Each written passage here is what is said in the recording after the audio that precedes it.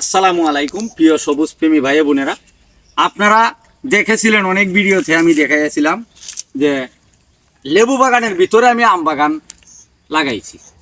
দুঃখের বিষয়, আমি লেবুর ভিতরে যে আম চাষ করছিলাম, আমের চারাগুলা খুব সুন্দর হয়েছে। দেখেন কত সুন্দর চারা, এই যে একটু সামনে আছে, এই যে দেখেন আম কিন্তু অলরেডি ওইগুলাতে গত সিজনে চলে আসছিল। এই যে আরো সামনে দেখেন কত সুন্দর জুপালু গাছগুলা তৈরি করছি।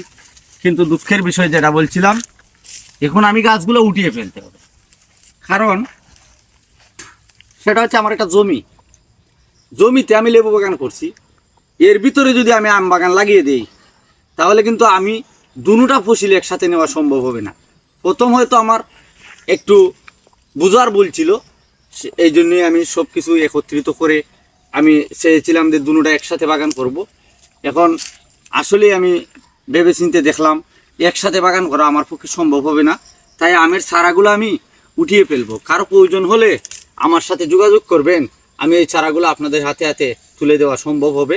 চারাগুলো দেখেন কত সুন্দর হৃষ্টপুষ্ট চারা, করে আমি উঠিয়ে ফেলবো। তো সবাই দোয়া করবেন। অনেক আমের চারাই রয়েছে, অনেক প্রায় 3 থেকে 350 চারা, অনেকটা বড় হয়ে গেছে, ওইগুলো তো বাতিল হয়ে যাবে। কি করব, না কইরা তো আর হচ্ছে না, যে কারণে আজকে সিদ্ধান্তটা নিতেই হইল। ভালো থাকবেন, খুদা হাফেজ।